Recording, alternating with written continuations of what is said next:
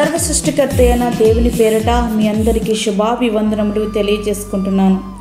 Jesus new creation ministries ద్వారా ఈ రీతిగా ప్రతిరోజు అనుదిన ఆహారమును మీతో పంచుకోవడానికి దేవుడిస్తున్నటువంటి కృపను బట్టి దేవునికి ఎనలేని కృతజ్ఞతలు. వాక్య ధ్యానంలోనికి మనం వెళ్దాము. యోబు గ్రంథము 39వ అధ్యాయము 27-29 వచనములు.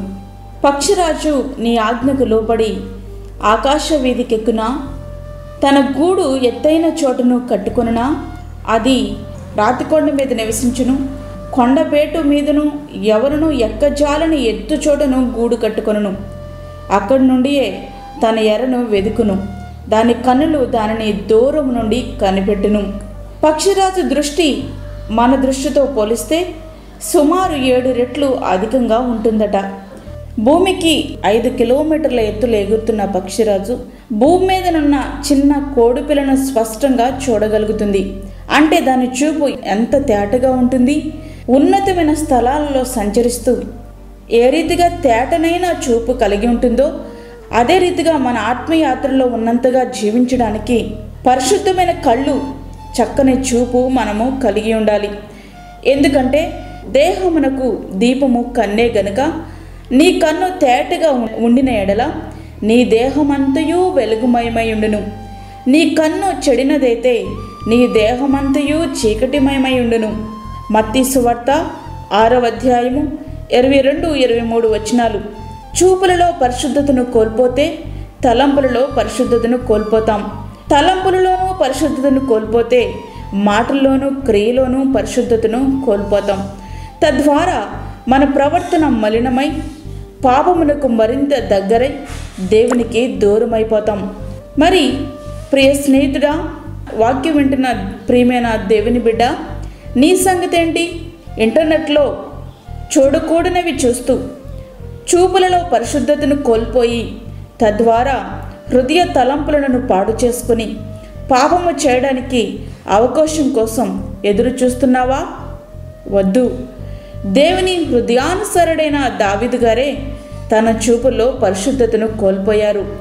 దేవునిచే నాజీరు చేయబడినటువంటి సంసోను గారు తన చూపుల్లో పరిశుద్ధతను కోల్పోయారు. తద్వారా వాటి ఫలితాలు అత్యంత భయంకరం, చాలా బాధాకరం. వెలుగైన కన్ను చెడ్డదైతే జీవితం అంధకారం అవుతుంది. అయితే మనం చేయాల్సిందేమిటి? వ్యర్థమైన వాటిని చూడకుండా నా కన్నులు త్రిప్పివేయము. కీర్తనలు 119:37 అంటూ కీర్తనకారుడు ప్రార్థిస్తున్నాడు. మన కన్నులను మనము త్రిప్పుకోలేమా? దాని కొరకు దేవుని ప్రార్థించాలా?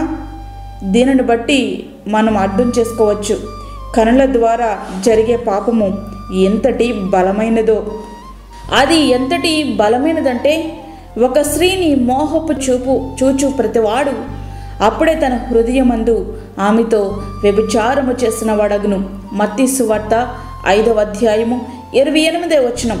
అందుచేత వ్యర్థమైన వాటిని చూడకుండా మన కన్నులు త్రిప్పివేయమని, వాటిని పరిశుద్ధపరచమని ప్రభువును ప్రార్థించగలగాలి.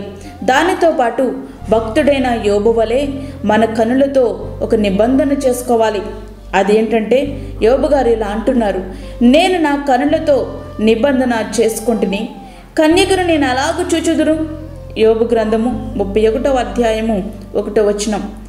ఎట్టి అనుభవం నీకు లేకుంటే వ్యభిచారిని చూచి ఆశించుచు పాపము మానలేని కన్నులు గలవారును, అస్థిరులైన వారి మనసులను మరల్చుకొనుచు లోభత్వమందు సాధకము చేయబడిన హృదయము గలవారును, శాపగ్రస్తులనయుండి తిన్నని మార్గమును విడిచి బేయరి కుమారుడైన బిలాము పోయిన మార్గమును బట్టి త్రోవ తప్పిపోయిరి.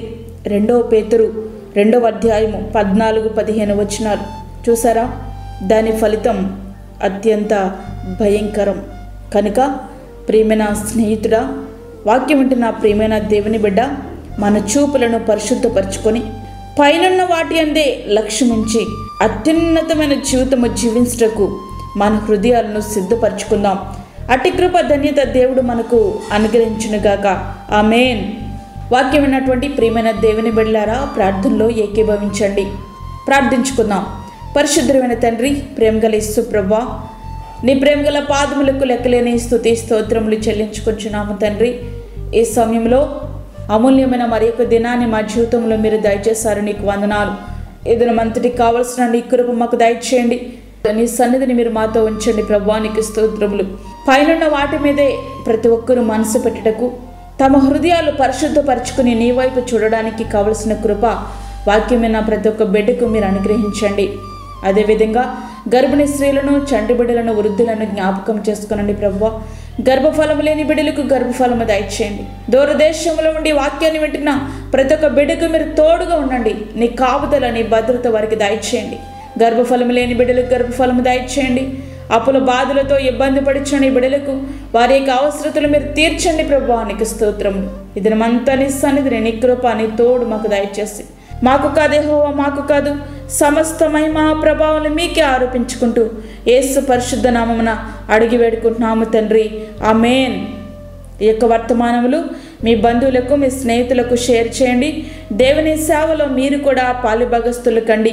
అదేవిధంగా మీ ప్రార్థన అవసరతలు మాకు తెలియచేయండి. మా ఫోన్ నెంబర్ 9177377559. దేవుడు మిమ్మను, మీ కుటుంబమును దీవించునుగాక, ఆమేన్. దేవుని సేవలో మీ సహోదరి అన్నమణి సాల్మన్.